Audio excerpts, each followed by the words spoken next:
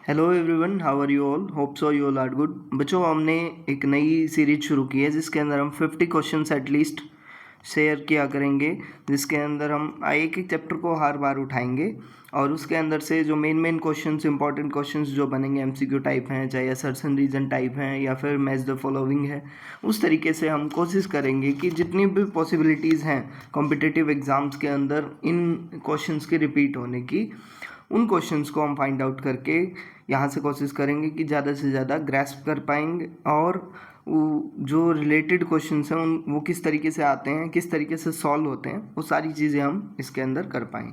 ये जो सीरीज़ रहेगी ये बेसिकली हर कॉम्पिटिटिव एग्ज़ाम के लिए हेल्पफुल रहेगी। तो हमने स्टार्टिंग की है यूनिट नंबर 1। ठीक है जी, यूनिट नंबर 1 क्लास 11th की जो फर्स्ट यूनिट है डाइवर्सिटी इन लिविंग ऑर्गेनिज्म।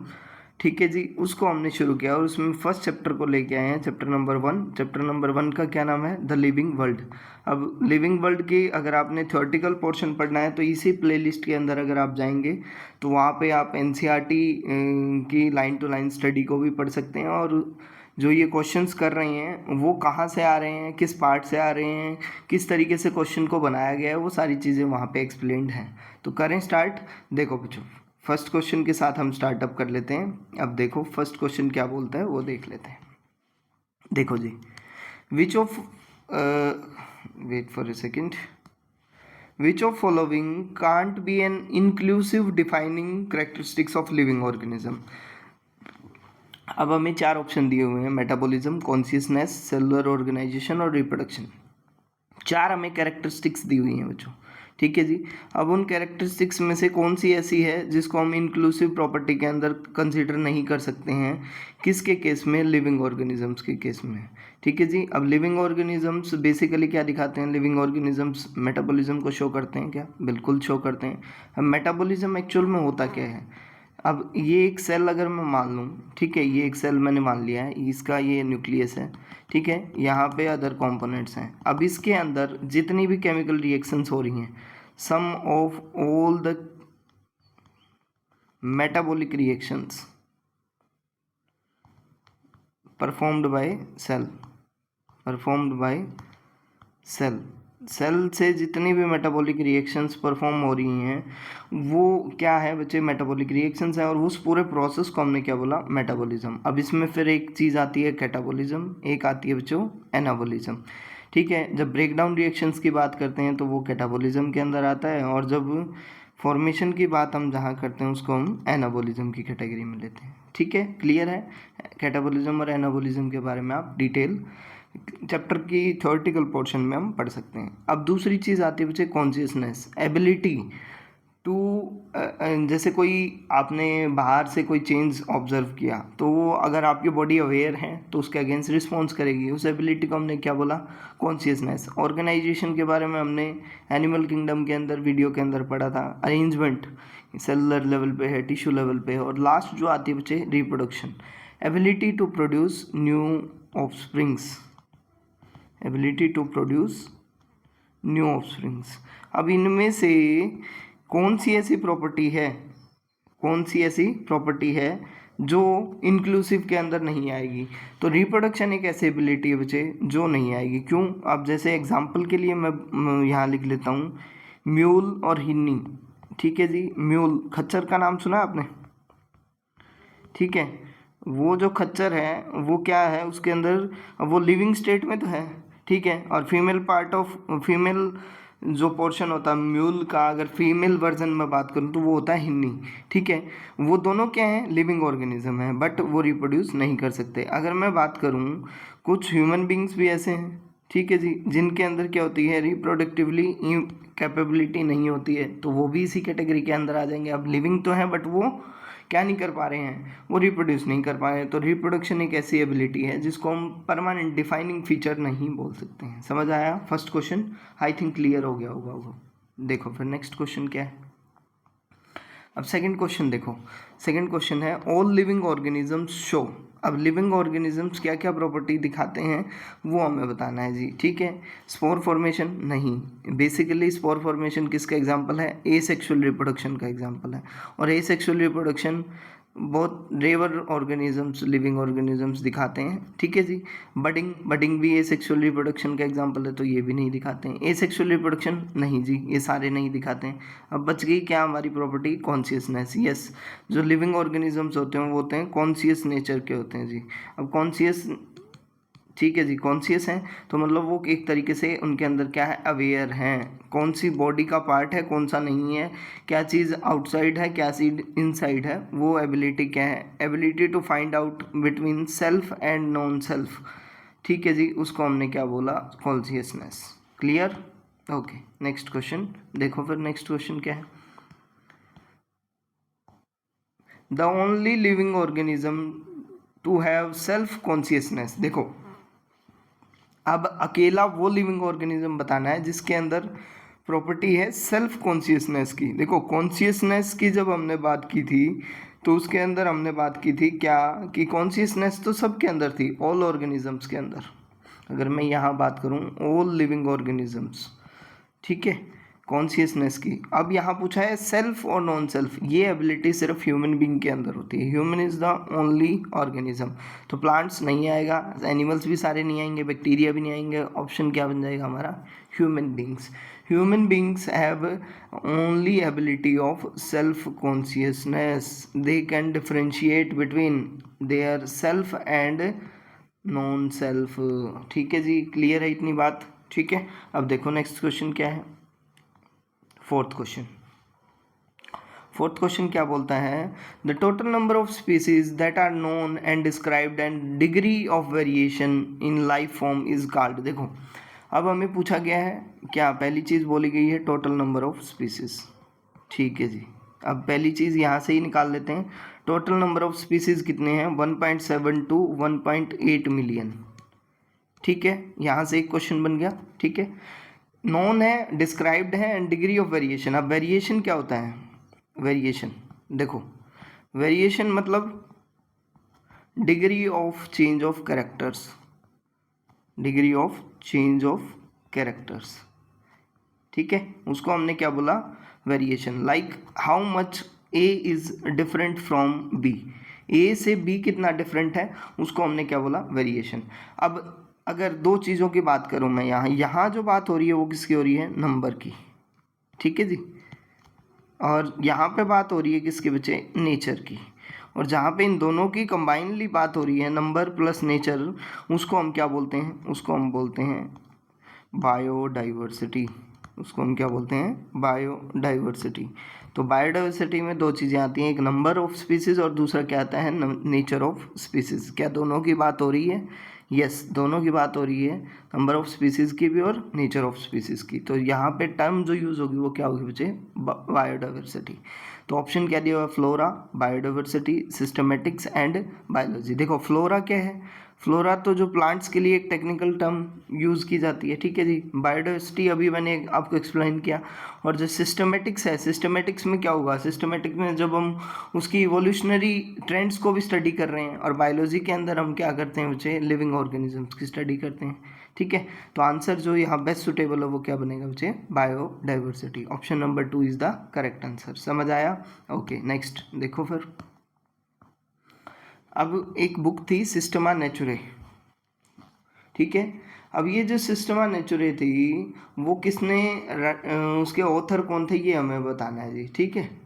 अब हमसे एक क्वेश्चन पूछा गया, who sorry, Systema Naturae is written by, just wait for a second.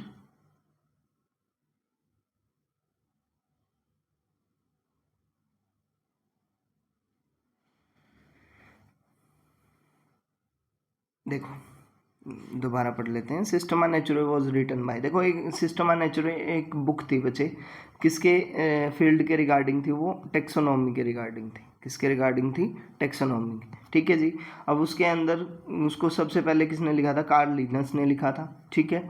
और जो उसकी फर्स्ट पब्लिशिंग हुई थी वो 1735 के अंदर हुई थी। कब हुई थी, 1735 के अंदर, ठीक है। अब वो किसके लिए थे बच्चे, मॉडर्न क्लासिफिकेशन को बेस जो बना था वो ये इस बुक को बनाया गया था, ठीक है। मॉडर्न क्लासिफिकेशन का बेस जिस बुक को बनाया गया वो सिस्टम में नेचुरे को किया था। अब देखो ऑप्शन तो हमें मिल गया है, फर्स्ट ही ऑप्शन था कार्लस लिनस जिन्होंने इसको रिटन फॉर्मेट में प्रेजेंट किया था, ठीक है, हायरार्किकल क्लासिफिकेशन को। थियोप्रेस्टस फादर ऑफ बॉटनी जिसको हम बोलते हैं, एरिस्टोटल फादर ऑफ जूलॉजी अगर मैं यहाँ बोलूँ तो फादर ऑफ जूलॉजी कौन हो गए, एरिस्टोटल। फादर ऑफ बॉटनी जो हो गए वो क्या हो गए, थियोप्रेस्टस। बेंथम एंड डूकर ने क्या किया था, क्लासिफिकेशन के बारे में बताया था, ठीक है जी। ये क्वेश्चन स्टेट के अंदर आया हुआ भी था, देखो बेंथम एंड डूकर का जिक्र आया था या नहीं आया था स्टेट के अंदर, बिल्कुल आया था। तो इस तरीके से क्वेश्चन यहाँ से बनता है, ठीक है। अब देखो फिर next question, question number sixth question क्या बोलता है जी, the study of different kind of organisms, ठीक है, डिफरेंट काइंड ऑफ ऑर्गेनिजम्स यानी नंबर ऑफ ऑर्गेनिजम्स की यहाँ मैं बात कर रहा हूँ, ठीक है जी। उसके बाद देयर डाइवर्सिटी मतलब उनके चेंजेस की बात कर रहे हैं, ठीक है जी। एंड रिलेशनशिप अमॉन्ग देम, ठीक है। और देखो चेंजेस और उनके बीच में क्या है, रिलेशनशिप। अब एक चीज़ नई ऐड हो गई है यहाँ, नंबर ऑफ ऑर्गेनिज्म था मतलब क्या है, नंबर की बात हो रही थी, ठीक है। चेंज की बात कर रहे थे मतलब वेरिएशन की बात कर रहे थे, नेचर की बात कर रहे थे। यहाँ तक तो डेफिनेशन जो थी बच्चे वो क्या थी, बायोडाइवर्सिटी थी। अब ये हमने पूरा नहीं पढ़ा, गलती जो हम करते हैं वो यही करते हैं, हमने पूरा क्वेश्चन नहीं पढ़ा, हमने यहीं से ये आंसर निकाल लिया और फर्स्ट ऑप्शन ही क्या दिया, बायोडाइवर्सिटी। बट नहीं, साथ में उन्होंने एक टर्म दे रखी है रिलेशनशिप अमॉन्ग देम, मतलब उनके बीच में इवोल्यूशनरी रिलेशनशिप की बात कर रहे हैं, वो कैसे एक दूसरे से इंटर रिलेटेड हैं। और जब भी हम रिलेशनशिप की बात करते हैं तो वहाँ पे वो diversity, biodiversity plus evolutionary relationship वहाँ से मिल करके क्या बनता है बच्चे, सिस्टेमेटिक्स, या फिर इसको मैं अगर और टेक्निकली बोलूँ तो बायो सिस्टमेटिक्स इसको नाम देते हैं। तो आंसर आना चाहिए था हमारा ऑप्शन नंबर 2, बट आंसर हमने क्या लगाया 1। तो देखो जो राइट आंसर यहाँ पे बनेगा वो क्या बनेगा, सिस्टमेटिक्स। बायोडाइवर्सिटी में सिर्फ क्या है, नंबर और नेचर की बात करेंगे, ठीक है। जब उसको रिलेट कर रहे हैं किसी दूसरे ऑर्गेनिज्म के साथ, कंपैरिजन कर रहे हैं, रिलेशनशिप स्टडी कर रहे हैं, तो वो क्या बन जाता है, सिस्टमेटिक्स। फ्लोरा क्या है, प्लांट्स की एक पर्टिकुलरली क्लास को हम बोलेंगे। इकोलॉजी क्या होती है, study of various ecological components, right, ठीक है जी। ओके, नेक्स्ट क्वेश्चन की तरफ मूव ऑन कर लेते हैं। As we go higher in taxonomic hierarchy, taxonomic hierarchy में आगे जाएंगे तो क्या होगा, ठीक है जी। अब देखो टेक्सोनॉमिक हायरार्की में आगे जा रहे हैं मतलब क्या है, kingdom, phylum, class, order, family, genus और स्पीसीज।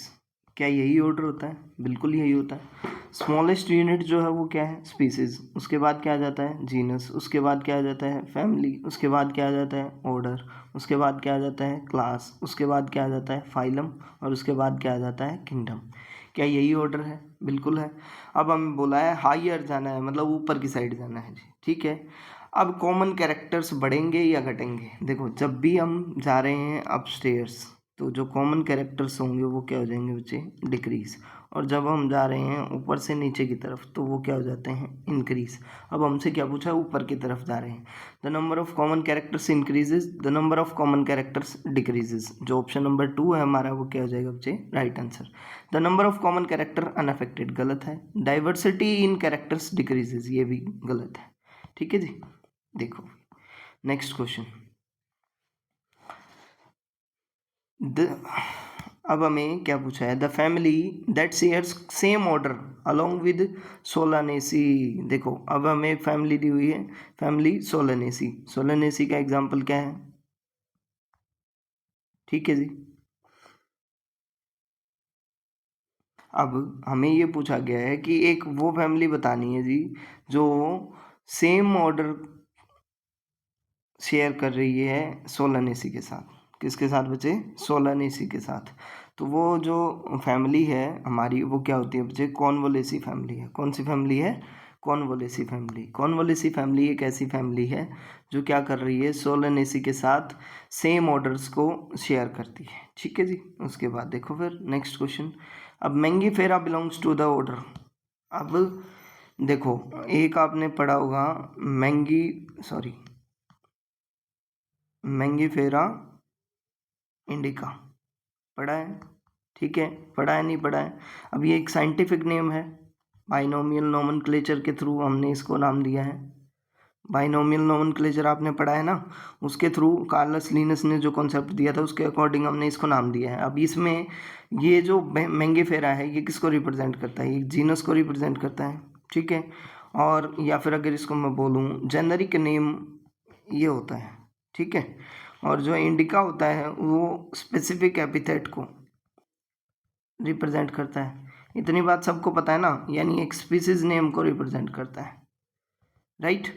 अब ये एक्चुअल में नेम किसका है? मैंगो का नेम है जी। मैंगो का साइंटिफिक नेम क्या है? मैंगीफेरा इंडिका, ठीक है। मैंगो का साइंटिफिक नेम हमने बोला मैंगीफेरा इंडिका।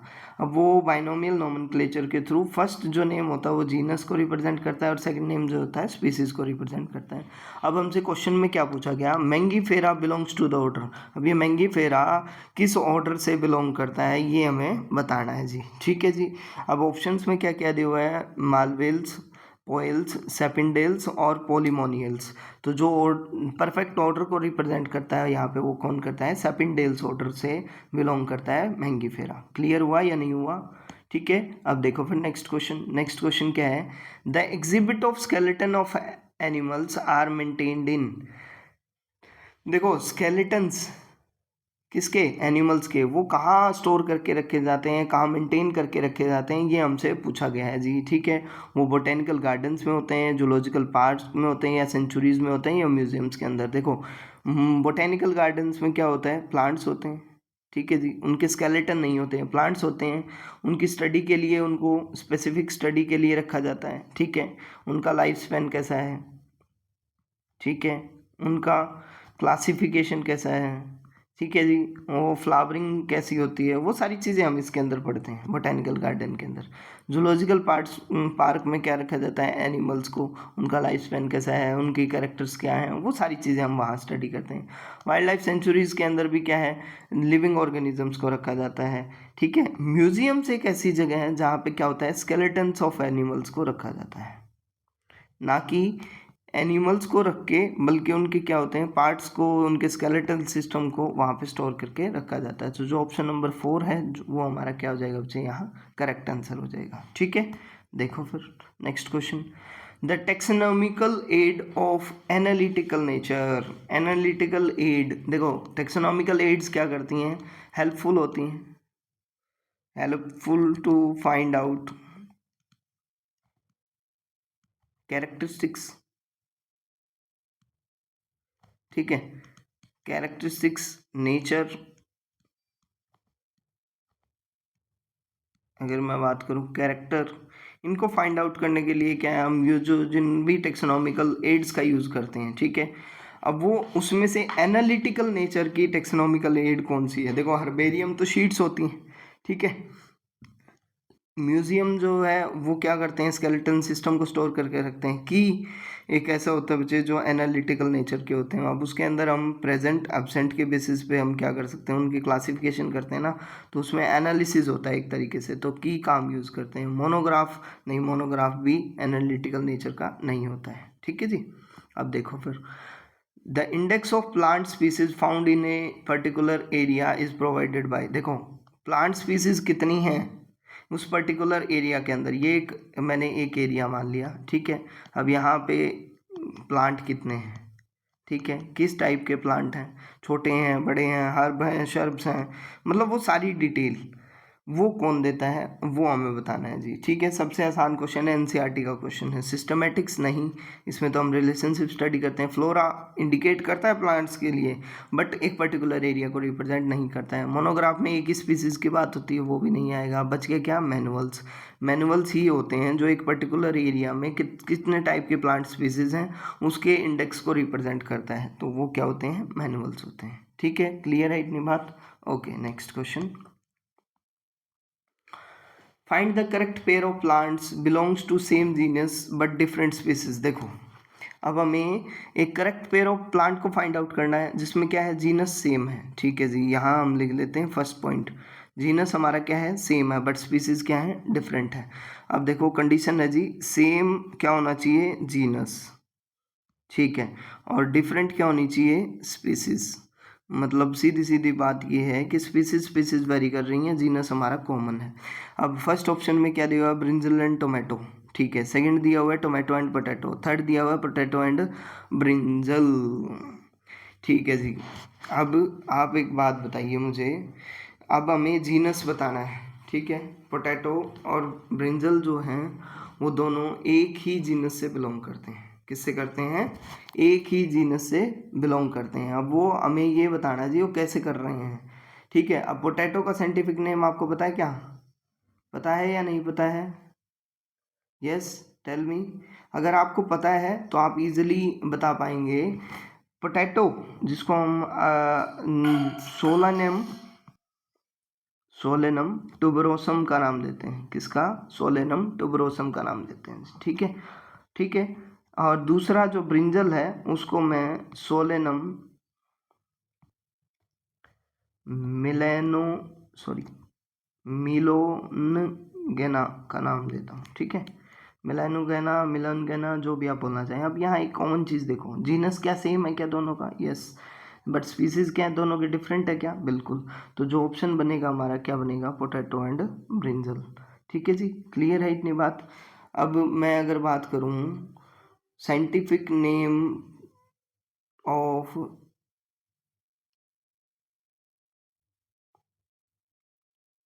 टोमेटो, क्या होगा मुझे,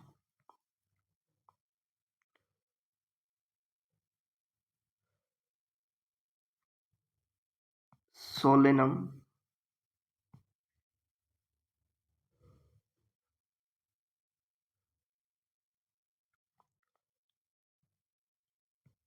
लाइको परसियम, राइट।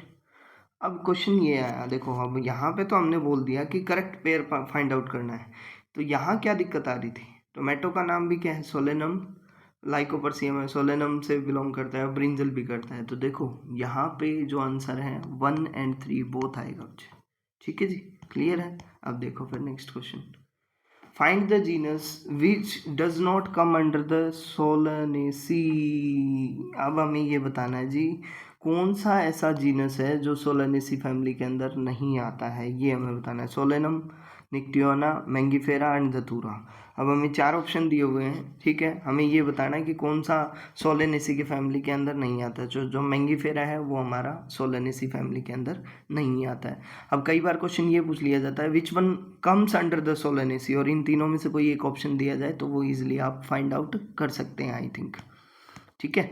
अब देखो next question, 15th question, which one find the order that does not come under the dicotyledonae. अब डाइकोट्स के अंदर कौन सा नहीं आता है ये हमें बताना है जी। अब ये डाइकोट और मोनोकोट याद करो, ये किसके अंदर क्लासेस थी, ये एंजियोस्पर्म्स की क्लासेस हैं, किसकी हैं, एंजियोस्पर्म्स की। और एंजियोस्पर्म्स की को अगर मैं क्लासीफाई कर रहा हूँ तो वो किस बेसिस पे कर रहा हूँ, वो प्लांट किंगडम में भी 5 क्लासेस थी, कौन सी थी, एल्गी थी, ब्रायोफाइट्स थे, ठीक है। ब्रायोफाइट्स के बाद क्या थे, टेरिडोफाइट्स थे, टेरिडोफाइट्स के बाद क्या थे, जिम्नोस्पर्म्स थे, जिम्नोस्पर्म्स के बाद क्या थे, एंजियोस्पर्म्स थे। मतलब ये क्या थी, ये 5 बेसिकली क्लासिफिकेशन, एक शेड्यूल था किसके अंदर, प्लांट किंगडम के अंदर, और उनमें से एंजियोस्पर्म थे। एंजियोस्पर्म की भी 2 क्लासेस थी, मोनोकोट्स एंड डाइकोट्स। अब हमें वो ऑर्डर फाइंड आउट करना है जो डाइकोट के अंदर नहीं आता है, ठीक है जी। ऑप्शन दिया हुआ है मालवेल्स, ऑप्शन दिया हुआ है रोजेल्स, पॉलीमोनियल्स एंड म्यूकोरेल्स। अब देखो ये जो है मालवेल्स, रोजेल्स और पॉलीमोनियल्स, ये तीनों के तीनों ऑर्डर ऐसे हैं जो डाइकोट के अंदर आते हैं, बट म्यूकोरेल्स क्या होता है, वो डाइकोट्स के अंदर नहीं आके बल्कि किसके अंदर आता है, मोनोकोट्स के अंदर आता है, ठीक है, क्लियर है इतनी बात। अब देखो फिर नेक्स्ट क्वेश्चन,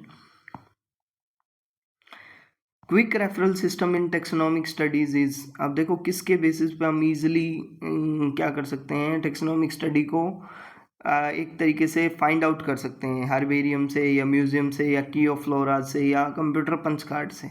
ठीक है, तो जो सबसे बेस्ट मेथड है क्विक रेफरेंस सिस्टम का वो क्या होती है, हार्बेरियम शीट्स।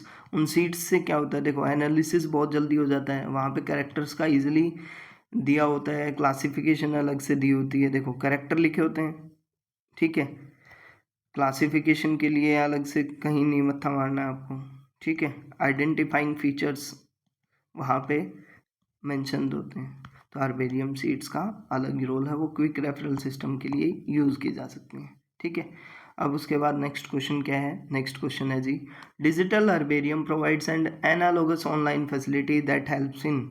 अब डिजिटल जो हार्बेरियम है वो एक same kind of online facility provide करता है, जो किस में हेल्प करती है। ठीक है, अब हमसे पूछा गया है किस में हेल्प करती है, नॉमेनक्लेचर में, नेमिंग ऑफ ऑर्गेनिज्म में हेल्प करती है क्या। ठीक है, सेकंड ऑप्शन क्या दिया हुआ है, आइडेंटिफिकेशन। ठीक है, थर्ड ऑप्शन क्या किया है, क्लासिफिकेशन। अब उसको क्लासीफाई करना है या उसको आइडेंटिफाई करना है।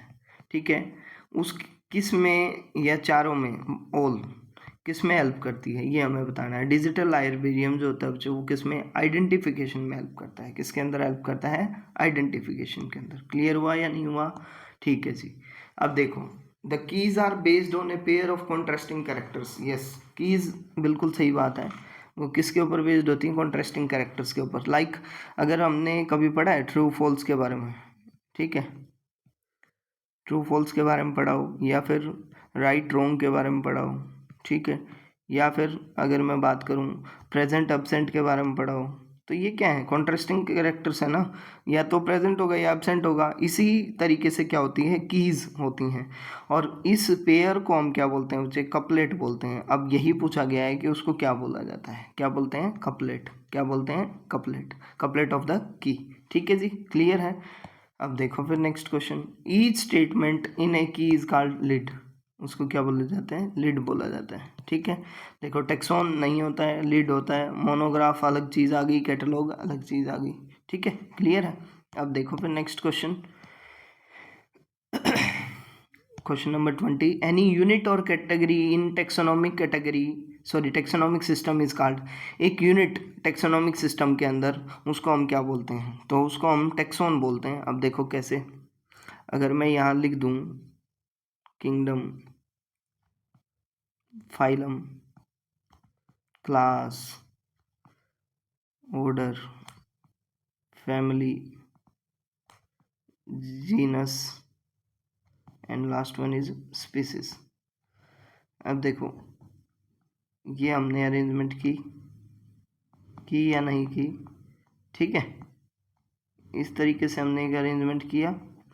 अब हमें ये पूछा गया है कि एक यूनिट को हम क्या बोल सकते हैं, जिसके लिए कॉमन वर्ड यूज़ कर सकते हैं। तो इस किंगडम को भी मैं टेक्सोन बोल सकता हूँ। ठीक है, इस फाइलम को भी मैं एक टेक्सोन बोल सकता हूँ, इस क्लास को भी मैं एक टेक्सोन बोल सकता हूँ। तो taxon is the common word, तो टेक्सोन हम इसको बोल सकते हैं। लिड किसके अंदर यूज़ होती है, उसे की के अंदर यूज़ होती है। की को हम नहीं बोल सकते हैं, कैटलॉग को भी हम नहीं बोल सकते हैं। ठीक है, अब देखो फिर next question, if two organisms are members of same genus they need not also be the same। देखो, if two organisms are member of same genus they need not to be the members of same species। बिल्कुल ज़रूरी नहीं है कि वो species भी उनकी क्या रहे, सेम रहे, बट किंगडम हमेशा सेम रहेगा, ऑर्डर हमेशा सेम रहेगा, क्लास हमेशा सेम रहेगी। कैसे, फिर हम दोबारा एक बार पीछे चल लेते हैं। देखो ये हमने फिर क्वेश्चन किया था।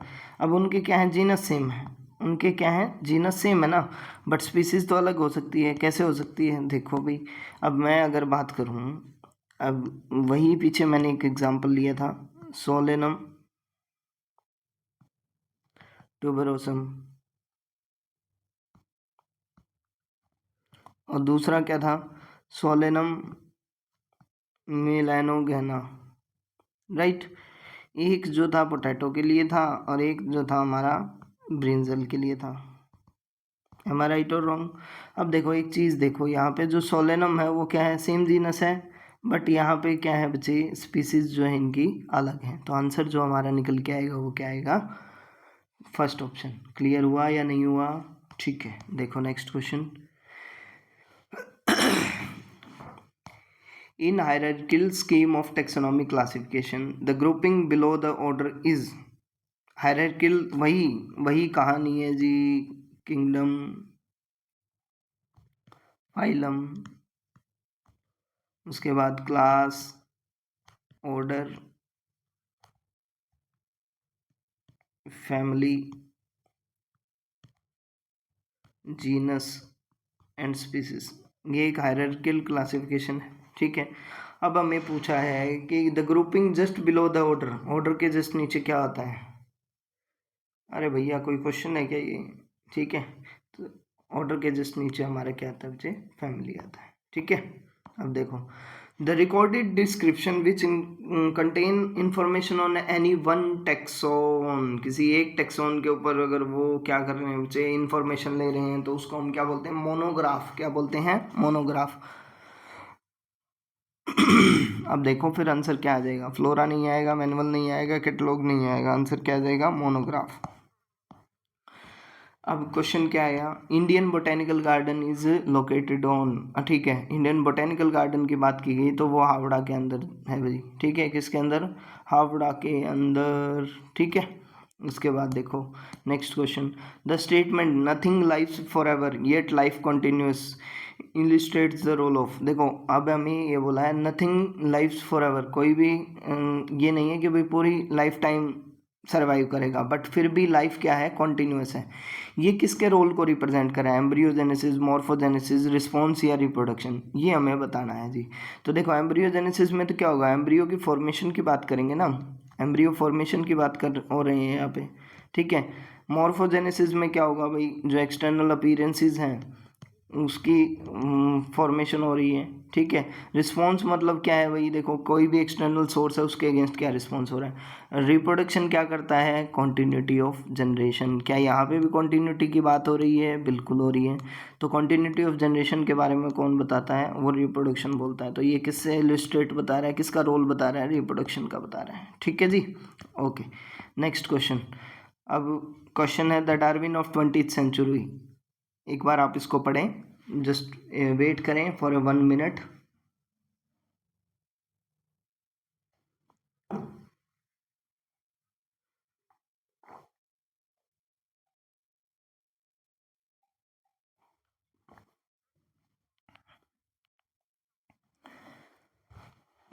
अब क्वेश्चन क्या पूछा है देखो, Darwin of 20th century.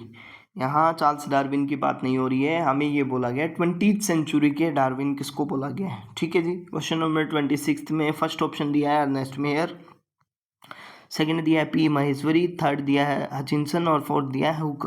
Ernest mayor को ही क्या बोला जाता है बच्चे? Darwin of 20th century. इन्होंने मेयर कॉन्सेप्ट दिया था स्पीसीज के रिगार्डिंग, ठीक है। उसके बेसिस पे इनको क्या बोला जाता है? Darwin of 20th century, okay. Ernst Mayr works is related to this branch of biology. मतलब अब देखो क्वेश्चन को घुमा दिया, पिछली बार पूछा गया डार्विन का concept, Darwin of 20th century किसको बोला गया? अर्नेस्ट मेयर को बोला गया। अब की बार पूछा गया कि किससे रिलेटेड है? फिजियोलॉजी से, इकोलॉजी से, इवोल्यूशनरी बायोलॉजी से या फाइकोलॉजी से? देखो अब डार्विन बोला गया तो उनको ऑब्वियस सी बात है उनका जो फील्ड होगा वो क्या होगा? चाहिए इवोल्यूशन से रिलेटेड होगा। अब इवोल्यूशन से रिलेटेड है मतलब क्या है? स्पीसीज कॉन्सेप्ट दिया उन्होंने, ठीक है जी। स्पीसीज स्टेबिलिटी का कॉन्सेप्ट भी उन्होंने ही दिया है। किसने? चार्ल्स डार्विन ने दिया था, इसीलिए उनको डार्विन के साथ कंपेयर किया गया ना। तो आंसर जो हमारा क्या आएगा? इवोल्यूशनरी बायोलॉजी आ जाएगा, ठीक है। उसके बाद नेक्स्ट क्वेश्चन देखो, in a taxonomic hierarchy family is placed in between. देखो अगर मैं पूरा ना लिख के यहाँ याद रख लूँ केपिक ऑफ जीएस, तो ये सारे क्वेश्चन सॉल्व हो जाएंगे या नहीं हो जाएंगे। अब हमें क्या बताना है? फैमिली इज प्लेस्ड बिटवीन, किसके बीच में? ऑर्डर और जीनस के बीच में। तो फर्स्ट ऑप्शन नहीं आएगा, सेकंड नहीं आएगा, थर्ड ऑप्शन आ जाएगा जी हमारा, क्या आ जाएगा? Order and genus. बहुत आसान क्वेश्चन था, आई थिंक 10 सेकेंड इसको लगने चाहिए थे आपको सॉल्व करने के लिए, ठीक है। देखो अब नेक्स्ट क्वेश्चन क्या है? Which of following statement regarding the universal rule of biological nomenclature is incorrect? अब पहली चीज़ बायोलॉजिकल नोमेनक्लेचर या बाइनोमियल नोमेनक्लेचर जो था वो किसने दिया था? वो कार्लस लिनस ने दिया था जी, ठीक है। अब पहले पढ़ लेते हैं हम, इसमें पूछा क्या है। इसमें पूछा है biological names are either derived from Latin language और आर लैटिनलाइज्ड। लैटिनाइज्ड हैं या फिर लैटिन लैंग्वेज से डेराइव किए हुए हैं। ठीक है जी, ये बात तो बिल्कुल सही है। The first word in the biological name represents the genus while the second component denotes the species. ये भी बिल्कुल सही स्टेटमेंट है। Both the words in a biological name when handwritten are separately underlined and printed in italics to indicate their Latin origin। ये भी बिल्कुल सही state. अब बच गया क्या? The specific epithet start with capital letter. नहीं, स्पेसिफिक एपिथेट किससे स्टार्ट होता है? स्मॉल लेटर से। वाइल जेनरिक एपिथेट रिवर्स कर दिया इन्होंने, मतलब जहाँ स्मॉल लाना चाहिए तो वहाँ कैपिटल कर दिया और जहाँ कैपिटल लाना चाहिए वहाँ स्मॉल। तो ये हमारी क्या है? गलत statement. Option number 4 is the correct answer. ठीक है, क्लियर है। अब बाकी 3 अगर हम पढ़ेंगे तो उसमें हमें ये पता चल जाएगा कि पूरा बाइनोमियल नोमेनक्लेचर था क्या। अब देखो, the emergent properties of tissues are due to. अब जो एमरजेंट प्रॉपर्टीज होती हैं टिश्यूज की, वो किस वजह से होती हैं? मतलब जो प्रॉपर्टी एक टिश्यू दिखा रहा है वो किस वजह से वो ऐसी प्रॉपर्टीज दिखाता है? इंट्रैक्शन ऑफ कॉन्स्टिट्यूएंट टिश्यूज, मतलब देखो जो ये एक टिश्यू मैं मान लेता हूँ, अगर इसके अंदर जो टिश्यूज हैं उनके इंट्रैक्शन से प्रॉपर्टी अपनी दिखा रहा है, या फिर कॉन्स्टिट्यूएंट सेल्स जो इसके अंदर प्रेजेंट है उस टिश्यू के अंदर उसकी वजह से दिखा रहा है, या फिर कॉन्स्टिट्यूएंट ऑर्गन्स हैं उनकी वजह से दिखा रहा है, या इंट्रैक्शन ऑफ कॉन्स्टिट्यूएंट सेल्स हैं उनकी वजह से दिखा रहा है। देखो, जो इंट्रैक्शन होती है कॉन्स्टिट्यूएंट सेल्स की, उसकी वजह से टिश्यू अपनी प्रॉपर्टीज़ को दिखाता है। अगर आपने एक सीरीज़ पढ़ी है तो उसके अंदर क्या पढ़ा है? देखो, सबसे पहले क्या बनते हैं? सेल। सेल्स जब कंबाइन होकर फंक्शन परफॉर्म कर रहे हैं तो वो क्या बना रहे हैं? टिश्यू। टिश्यू से क्या बन रहा है हमारा? ऑर्गन। ऑर्गन से क्या बन रहा है? Organ system. Right, organ system से फिर अगर मैं बात करूं, वहाँ से फिर आगे चीज़ें जब अरेंज हो जाती हैं तो वो क्या बन जाता है हमारा? ऑर्गेनिज्म। और फिर आगे चीज़ें चली जाती हैं स्पीसीज़ के ऊपर। ठीक है, फिर आगे बढ़ती बढ़ती बढ़ती ऐसी चीज़ें चलती रहती हैं। अब देखो, यहाँ interaction of constituent tissue, tissue के अंदर टिश्यू तो बनेंगे नहीं, तो ये तो गलत हो गया। कॉन्स्टिट्यूएंट सेल्स का भी रोल नहीं है, ऑर्गन का तो बिल्कुल नहीं आएगा, ऑर्गन तो वहाँ थर्ड पे जाके बनता है। तो अब आंसर जो हमारा क्या बन जाएगा? कॉन्स्टिट्यूएंट सेल्स बन जाएगा। क्लियर हुआ नहीं हुआ? ठीक है जी। अब देखो, चूज द करेक्ट एक्सप्रेशन। अब हमें 4 ऑप्शंस दिए हुए हैं, उसमें से सही जो है वो फाइंड आउट करना है जी। ए ग्रुप ऑफ रिलेटेड जेनेरा, उसको हमने क्या बोला है? फैमिली बोला है। ठीक है, okay. A group of related species, नहीं, स्पीसीज से रिलेटेड डिवीजन नहीं होता, डिवीजन को हम कंपेयर करते हैं फाइलम से। ठीक है। ए ग्रुप ऑफ रिलेटेड फैमिलीज, उसको क्लास नहीं बोलते हैं जी। ठीक है। उसके बाद एक group of related order, order से जीनस नहीं बनेगा। ये भी गलत है, ये भी गलत है, ये भी गलत है। अब जो हमारा सही है वो क्या है? Group of related genera family. Clear हुआ या नहीं हुआ? ठीक है। उसके बाद देखो, lowest and highest taxonomic categories are respectively, lowest और हाईएस्ट बोला है केपिक ऑफ जीएस। लोवेस्ट कौन सी हो गई जी? स्पीसीज। लोवेस्ट कौन सी होगी? स्पीसीज। और हाईएस्ट कौन सी हो गई? किंगडम। हाईएस्ट कौन सी हो गई? किंगडम। ठीक है, तो अब देखो फिर हाईएस्ट कौन सी आ गई? किंगडम। उसके बाद लोवेस्ट क्या आ गई? स्पीसीज। तो अब सबसे पहले क्या पूछा है? लोवेस्ट, तो पहले क्या आना चाहिए? स्पीसीज आना चाहिए। स्पीसीज यहाँ पे भी है, यहाँ पे भी है। अब एक में डिवीजन दिया, एक में किंगडम दिया, आंसर क्या आ जाएगा हमारा? Option number 3। क्लियर हुआ या नहीं हुआ? ठीक है। अब देखो फिर next question. ICBN stand for international code of botanical nomenclature. बिल्कुल इंटरनेशनल आएगा, international code of botanical nomenclature. देखो, इंडियन नहीं आएगा, मैं इंडियन से टिक करने लगा था, लेकिन क्या आएगा? International code of botanical nomenclature. Bacterial के लिए भी आ सकता है ये, बैक्टीरियल नोमेनक्लेचर। ठीक है जी। और अगर यहाँ जेड आए तो वो क्या आ सकता है? Zoological nomenclature, ICZN। ये सारी चीज़ें NCERT के अंदर गिवन है। अगर आपने NCERT ढंग से पढ़ी तो आराम से ये वीडियो देख के आप क्वेश्चन प्रैक्टिस कर सकते हैं, अपने आप को एनालिसिस कर सकते हैं। ठीक है। अब देखो नेक्स्ट क्वेश्चन क्या है। National botanical research institute NBRI कहाँ पे है जी? ये हमें बताना है। NBRI अभी पीछे भी हमारी न्यूज़ के अंदर रहा था, तो वो कहाँ है? लखनऊ के अंदर है। कहाँ पे है? लखनऊ के अंदर। ठीक है। उसके बाद देखो, ए बुक, एक बुक का नाम है A, contains the actual account of habitat. Habitat है, डिस्ट्रीब्यूशन है, सिस्टमेटिक लिस्टिंग ऑफ प्लांट के बारे में बता रही है। ठीक है। Book B provides the information of identification of name species of an area. देखो अब एक बुक है वो तो क्या बता रही है, हैबिटेट के बारे में, डिस्ट्रीब्यूशन के बारे में, सिस्टमेटिक्स लिस्टिंग, मतलब किस तरीके से अरेंज है प्लांट्स, वो बता रही है। और दूसरी बुक हमें जो बताती है वो बता रही है एक एरिया के अंदर आइडेंटिफिकेशन करना स्पीसीज के नेम्स का। ठीक है, तो वो दोनों बुक्स कौन सी हैं ये हमें बताना है जी। ए जो है हमारी वो क्या बताती है, देखो हैबिटेट, अगर मैं लिख लूँ। दूसरा क्या बता रही है, उनका डिस्ट्रीब्यूशन ऑफ स्पीसीज। ठीक है, और उसके बाद क्या है, अरेंजमेंट। ये चीज़ें बता रही है ना।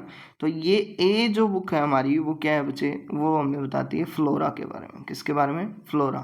ठीक है, बी के अंदर क्या है, बी के अंदर इन्फो है फॉर आइडेंटिफिकेशन, राइट। अब इस बी को अगर मैं बोलूँ तो उसको क्या बोलते हैं बच्चे, मैनुअल। तो देखो ऑप्शन क्या क्या है, फ्लोरा एंड मैनुअल। अब पहले ए में क्या आना चाहिए, फ्लोरा। देखो यहाँ flora and manual and flora, ये कंफ्यूजिंग है। ठीक है, तो अब आंसर जो आएगा हमारा वो क्या आ जाएगा बच्चे, फ्लोरा एंड मैनुअल। हमें ये भी फाइंड आउट करना है कि वो किस तरीके से दिए हुए हैं। देखो दोनों ऑप्शन सही हैं बट उनकी क्या है, अरेंजमेंट कैसी है, वो भी हमें फाइंड आउट करनी है जी। ठीक है, अब देखो फिर question number 36, mango and wheat belongs to division A and subdivision B. Mango और व्हीट डिवीजन ए से बिलोंग करते हैं, ठीक है, और सब डिवीजन उनकी क्या है, बी है। ठीक है, अब हमें ए और बी बताना है जी। अब हमें ए और बी बताना है। अब डिवीजन ए जो है हमारी वो क्या है, स्पर्मेटोफाइटा। क्या है, स्पर्मेटोफाइटा। और डिवीजन बी जो हमारी वो क्या है, एंजियोस्पर्म्स। तो ऑप्शन नंबर फर्स्ट ही जो है हमारा वो क्या है, करेक्ट आंसर है। ठीक है, देखो फिर identified the incorrect statement, incorrect बतानी है भैया, रिगार्डिंग द लिविंग ऑर्गेनिज्म। ठीक है, अब हमें क्या दिया हुआ option, reproduction, some living organism are not capable of reproduction. बिल्कुल सही बात है, पहली ही जो क्वेश्चन था उसी के अंदर हमने इस चीज़ को एक्सप्लेन किया था। सेकंड क्या है, metabolism, all living organism exhibit metabolism. बिल्कुल सही बात है। Consciousness, only humans exhibit property of consciousness. नहीं, ह्यूमन सिर्फ दिखाते हैं सेल्फ कॉन्शियसनेस। ठीक है, कॉन्शियसनेस तो सारे ऑर्गेनिज्म दिखाते हैं, ये गलत है। Growth is internally in living organism and externally is non living. बिल्कुल सही है ये भी। ठीक है, आपने वो माउंटेन का एग्जांपल आपके टीचर्स ने जरूर बताया होगा कि माउंटेन्स ऑल्सो ग्रो करती हैं। ठीक है, देखो फिर next question, choose the correct sequence of taxons from the following animal classification. Animal classification के बेसिस पे करना चाहिए हमें। तो सबसे पहले क्या आएगा, किंगडम आएगा। अब देखो KP कोफ GS, फिर लिख लेते हैं C। क्लास के बाद डिवीजन, ये तो गलत हो गया, डिवीजन तो आएगा ही नहीं। ठीक है, यहाँ पे भी डिवीजन है, वो भी नहीं आएगा। अब दो बच गए, फाइलम किंगडम, नहीं ये भी गलत है। तो बच गया क्या, phylum order family genus species. Option number 3 is the correct answer. ठीक है, तो इस तरीके से हम फाइंड आउट कर सकते हैं। अगर आपको ये याद है ना KP ऑफ GS, तो उसके बेसिस पे आप इजीली उसको क्लासीफाई कर सकते हैं, इजीली क्वेश्चंस को सॉल्व कर सकते हैं। The central question of evolutionary biology today is, जो मेन क्वेश्चन है जो सेंटर के ऊपर रह रहा है, जो हम एक बात करें कि किस तरीके से डाइवर्सिटी आई स्पीसीज के अंदर, वो हमारा मेन क्वेश्चन है। ठीक है, उसके बाद next question, read the following statement and pick the incorrect match. हमें क्या बताना है, इनकरेक्ट जो है, गलत जो है वो स्टेटमेंट बतानी है। Herbarium preserve only one plant specimens, ठीक है जी। म्यूजियम में प्लांट और एनिमल दोनों स्पेसिमेंट्स होते हैं। Botanical garden live plant specimens grow for the, बिल्कुल आइडेंटिफिकेशन के लिए ग्रो किया जाता है। Manual information about only one taxon, ठीक है जी, ये हमारी क्या है, गलत स्टेटमेंट है। एक टेक्सोन की इंफॉर्मेशन नहीं बताती है।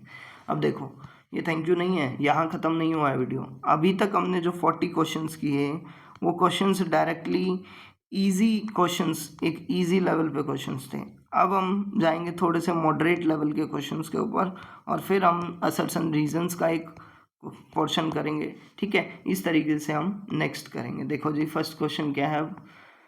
अब देखो, अब की बार हमने क्वेश्चंस को थोड़ा सा मोल्ड किया है। The defining properties of living organism, living organisms की जो डिफाइनिंग प्रॉपर्टीज हैं वो कौन सी है, ग्रोथ है, सेलुलर ऑर्गेनाइजेशन फॉर मेटाबॉलिज्म, या रिप्रोडक्शन, या कॉन्शियसनेस। जो डिफाइनिंग है, जो मेन प्रॉपर्टीज़ हैं वो हमें बतानी है। तो वो सिर्फ क्या है बच्चे, वो हमारी cellular organisation for the metabolism ये है, क्योंकि ग्रोथ क्या है नॉन लिविंग के अंदर भी होता है, ठीक है, और कॉन्शियसनेस है। और रिप्रोडक्शन में ऐसे ऑर्गेनिज्म होते हैं जो लिविंग हैं बट क्या नहीं कर सकते बच्चे, कांट रिप्रोड्यूस। तो देखो अभी ये क्वेश्चंस काफ़ी बार आते हैं स्टेट में, इस तरीके का क्वेश्चन आता ही आता है। तो अब देखो ऑप्शंस 1 एंड 2, तो question number second and fourth is the correct answer, ठीक है। अब देखो फिर next question, find the families included in order Polemoniales order है, ठीक है, और उसके अंदर कौन सी फैमिलीज आती हैं वो हमें बताना है जी, वो हमें बताना है। सोलानेसी आती है या फेबेसी आती है, कॉन्वोलेसी आती है या सिसिलपिनेसी आती है, ठीक है। अब हमें क्वेश्चन में ये दिया होगा, जो ऑप्शन नंबर फर्स्ट है सोलानेसी तो आएगी, उसके साथ साथ फेबेसी नहीं आती है जी, कॉन्वोलेसी आती है, और सिसिलपिनेसी फैमिली नहीं आती है। तो option number first and third is the right answer. First and second नहीं आएगा, सेकंड एंड फोर्थ नहीं आएगा, first and third is the correct answer. Option number 3 is the correct answer, ठीक है। इस तरीके से क्वेश्चन हो गया। अब थर्ड क्वेश्चन देखो, फिर थर्ड क्वेश्चन में भी क्या है, थर्ड क्वेश्चन भी इसी तरीके का क्वेश्चन है, pick out the order that does not come under the dicotyledonae के अंदर कौन नहीं आता है। देखो ऑप्शन मिल गया है, म्यूकोरेल्स मिल गया ना, ठीक है। अब म्यूकोरेल्स पहले भी हमने पढ़ा था, ये सारे मालवेल्स, रोजेल्स एंड पॉलीमोनियल्स ये तीनों आते थे ना। अब अकेला म्यूकोरेल्स ऐसा था जो नहीं आता था, तो option number second is the correct answer. अगर आपने पीछे वाली वीडियो को ध्यान से पढ़ा है तो ये क्वेश्चन 10 सेकेंड का था, ठीक है। उसके बाद देखो जी, स्पर्मेटोफाइटा इंक्लूड्स, अब स्पर्मेटोफाइट्स में क्या क्या आते हैं ये हमें बताना है जी, ठीक है। जिम्नोस्पर्म्स आते हैं, डाइकोट आते हैं, मोनोकोट आते हैं, फंस आते हैं, फंस नहीं आते हैं, बाकी तीनों क्या होते हैं स्पर्मेटोफाइटा के अंदर आते हैं। तो फर्स्ट सेकंड एंड थर्ड, देखो फोर्थ चारों नहीं आएंगे, तीनों आएंगे। Option number second is the correct answer, ठीक है जी। उसके बाद देखो फिर, find the source of taxonomical identification from the following. अब टेक्सोनॉमिकल आइडेंटिफिकेशन के लिए क्या क्या सोर्स हो सकता है वो हमें बताना है, ठीक है। अब देखो फिर इसके अंदर हर्बेरिया, ठीक है, second botanical garden, third museum, fourth की। अब म्यूजियम और की जो है हमारे वो क्या है बच्चे, आइडेंटिफिकेशन में इनका रोल नहीं है, ठीक है, इनका रोल नहीं है। ऑप्शन नंबर फर्स्ट जो आएगा बच्चे, फर्स्ट एंड सेकंड हर्बेरिया और बोटेनिकल गार्डन, ये हमारे क्या हैं परफेक्ट सोर्स हैं बच्चे, ठीक है। उसके बाद देखो next question, the famous botanical garden grown for identification are. Botanical garden हमें बताने क्यू के अंदर, हावड़ा के अंदर, लखनऊ के अंदर या मुंबई के अंदर, ठीक है। अब बोटेनिकल गार्डन कहाँ कहाँ है वो याद कीजिए, ठीक है। तो वो कहाँ कहाँ है बच्चे, क्यू के अंदर है, हावड़ा के अंदर है, लखनऊ के अंदर बोटेनिकल रिसर्च इंस्टीट्यूट है, मुंबई के अंदर नहीं है। तो option number second is the right answer. समझ आया, ठीक है। अब देखो फिर, find the recording description that help in correct identification of plants. Plants की आइडेंटिफिकेशन हमें करनी है, किसकी करनी है, प्लांट्स की आइडेंटिफिकेशन। तो अब उसमें किसका किसका रोल है वो हमें बताना है। फ्लोरा का रोल है क्या, बिल्कुल है, राइट स्टेटमेंट है। सेकंड क्या है, मैनुअल्स का रोल है क्या, बिल्कुल सही बात है। मोनोग्राफ का है क्या, बिल्कुल है। कैटलॉग्स का है क्या, है बिल्कुल। म्यूजियम का है क्या, नहीं है, ठीक है। और बोटेनिकल गार्डन्स का रोल है क्या, यस, बोटेनिकल गार्डन्स का भी रोल है, ठीक है। तो अब क्वेश्चन ये आया, क्या first, second, third, fourth and sixth क्या कोई ऑप्शन है, नहीं है, बट यहाँ 4 ऑप्शन से मैच कर रहे हैं, तो ये हमारा करेक्ट है एज कंपेयर टू अदर्स, ठीक है। बट सिक्स्थ भी इसके अंदर रोल होना चाहिए। विच of following contains the information of any one taxon. सिर्फ एक टेक्सोन की इंफॉर्मेशन किसके अंदर होती है ये हमें बताना है जी, ये हमें बताना है। तो देखो फिर, मोनोग्राफ के अंदर होती है, मैनुअल्स के अंदर नहीं होती है, और फ्लोरा के अंदर होती है। तो option number first is the correct answer, ठीक है। उसके बाद the basic component of taxonomy is, main component क्या क्या हैं, कैरेक्टराइजेशन, आइडेंटिफिकेशन, नॉमेनक्लेचर, क्लासिफिकेशन, ये चारों के चारों क्या है, मेन कंपोनेंट हैं। तो option number first is the correct answer, ठीक है। अब देखो ये क्वेश्चंस हमने देखे जहाँ पे क्या थे, एक से ज़्यादा ऑप्शंस सही थे। अब नए टाइप के क्वेश्चंस पढ़ेंगे, उसके अंदर क्या होगा देखो, just wait for a second. अब देखो ये खत्म हो गई सीरीज। अभी अभी क्या है, अभी देखो अभी मैच द कॉलम यहाँ पे पढ़ेंगे, ये दिए हुए ना मैच द कॉलम, ठीक है। तो अब नई सीरीज है, अब नए 10 एक क्वेश्चन इसके करेंगे, ठीक है जी। अब देखो फिर क्या है,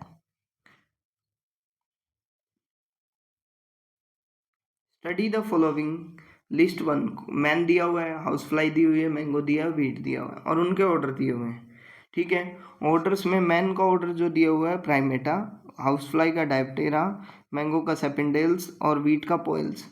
मैन का क्लास जो है मेमेलिया, हाउस फ्लाई की इंसेक्टा, मैंगो की डाइकोट और वीट की मोनोकोट, ठीक है जी। अब हमें ये बताना है करेक्ट कॉम्बिनेशन कौन सा है, ठीक है जी। तो देखो फिर मैन, यस, ऑर्डर जो होता है प्राइमेटा होता है और क्लास जो होती है मेमेलिया होती है, बिल्कुल सही स्टेटमेंट है, राइट, ठीक है। अब हाउस फ्लाई डाइप्टेरा के अंदर आता है, इंसेक्टा के अंदर, ये भी राइट स्टेटमेंट है। मैंगो सेपिंडेल्स के अंदर आता है और डाइकोट आता है, ये भी राइट है। वीट फॉइल्स के अंदर आता है और मोनोकोट के अंदर आता है, ये भी राइट है। तो जो ऑप्शन नंबर 4 है वो हमारा क्या है, राइट स्टेटमेंट है, ठीक है जी। अब देखो फिर next question, identify the correct sequence. Correct sequence हमें बतानी है। Triticum belongs to family Anacardiaceae, गलत है। Human being is the only one as self consciousness, बिल्कुल सही है। Largest herbarium royal botanical garden नहीं है। Some non living organism are capable of reproduction, गलत है ये भी। तो जो हमारा आंसर बनेगा वो क्या बनेगा, option number second is the correct answer, ठीक है। उसके बाद arrange the following taxonomy categories in ascending order based on the rank. Ascending order में हमें अरेंज करना है जी, किसके अंदर, असेंडिंग ऑर्डर के अंदर, ठीक है। अब देखो फिर असेंडिंग ऑर्डर, के पी कॉफ जी एस, तो सबसे पहले क्या आना चाहिए, स्पीसीज आनी चाहिए। अब स्पीसीज किसके अंदर दी हुई है, स्पीसीज दी हुई है ऑप्शन नंबर 4। 4 से कौन सा स्टार्ट है, ये भी है, ये भी है, ये भी है, तो ये तो हमारा गया कट, ठीक है। अब उसके बाद क्या है, उसके बाद आना चाहिए जीनस। जीनस दिया हुआ है क्या, फोर्थ के बाद क्या है, फिफ्थ, फोर्थ के बाद फिफ्थ, दोनों के अंदर दिया हुआ है, ठीक है। उसके बाद क्या है, फैमिली। फैमिली है क्या, बिल्कुल है। थर्ड, थर्ड, थर्ड ऑप्शन यहाँ पे भी है, यहाँ पे भी है, ठीक है, नहीं यहाँ पे ही है। तो आंसर हमें बाकी ढूंढने की जरूरत नहीं, option 3 is the correct answer. देखो ये टाइम कंज्यूमिंग है, तो इसलिए जब वो सीरीज अगर हमें याद होगी तो हम इजीली उसको फाइंड आउट कर सकते हैं। सेलेक्ट द रॉन्ग पेयर, अब हमें गलत पेयर को फाइंड आउट करना है जी।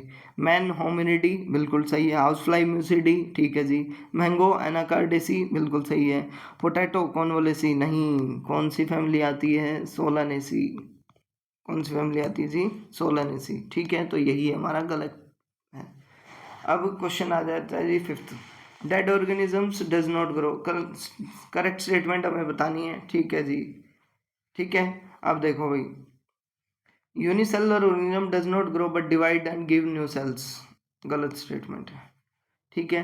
नॉन लिविंग ऑब्जेक्ट्स ग्रो, बिल्कुल सही है, माउंटेन से इसका एग्जांपल है। Growth can not be taken as defining property of living organism as well as living organism does not grow, ये गलत है। पहली बात सही है लेकिन जो सेकंड जो ऐड किया वो गलत है। तो option number first and 3 is the correct answer, ठीक है। देखो फिर next question, read the following statement and select the correct one. Increase in mass and increase in number of individuals are twin characteristics of growth, ठीक है। Metabolic reactions can be demonstrated outside the body in isolated, ये भी बिल्कुल सही है। Response to stimulus is a defining property, ये भी सही है। क्लासिफिकेशन नहीं है जी, ठीक है। Option number 1, 2 and 3 is the correct answer. समझ आया नहीं आया, देखो यहाँ पे हमें इजीली सिर्फ वही फाइंड आउट करना था जो हमारे लिए यूजफुल था।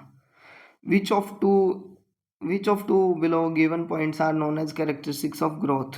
Increase in number of individuals, increase in the mass, ठीक है, बिल्कुल। और सेलुलर ऑर्गेनाइजेशन ये गलत है, बाकी दो सही है, ठीक है जी।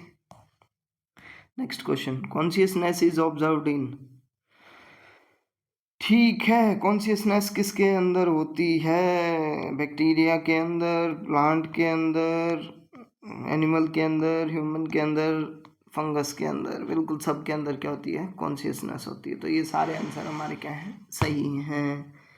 चलें आगे, देखो फिर अब क्या है भाई, अब आ गए हमारे, देखो अभी तक हमने पढ़े, पहले क्वेश्चन पढ़े 40 क्वेश्चंस, ठीक है जी।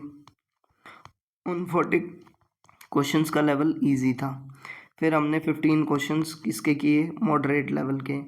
ठीक है जी, अब थोड़े से क्या करेंगे बच्चे, 15 क्वेश्चंस हम करेंगे हाई लेवल के या फिर एक्सट्रीम हाई लेवल के, जिसके अंदर assertion reason type of questions होंगे। ठीक है, जो बेसिकली आपका थोड़ा सा दिमाग लगवाएंगे। देखो फिर फर्स्ट क्वेश्चन क्या है, पेन चेंज कर लेते हैं। Growth can not be taken as defining property of living organism. ठीक है, ओके। सेकंड क्वेश्चन दिया है, non living organism grow by accumulation of material on the surface. बिल्कुल सही स्टेटमेंट है, राइट स्टेटमेंट है, और ये हमारी क्या है, रॉन्ग स्टेटमेंट है। तो assertion is wrong but reason is true, तो option number 4 is the correct answer. ठीक है, चलो फिर next question, a multicellular organism grows by cell division. ठीक है, पहला हमने ये बोला। ठीक है जी, in plants growth by cell division occurs continuously through their life span. बिल्कुल सही स्टेटमेंट है, ये भी एक राइट स्टेटमेंट है, ये भी एक राइट स्टेटमेंट है, बट इन दोनों के बीच में कोई कोरिलेशन नहीं है, तो option number B is the correct answer. Both assertion and reason are true and reason is not correct explanation of A. ठीक है, क्लियर है। उसके बाद देखो भाई, earliest classification were based on the uses of various organism. ठीक है जी, सेकेंड क्या दिया हुआ है, in early days human beings needed to find the source for their basic need of food, clothing and centre.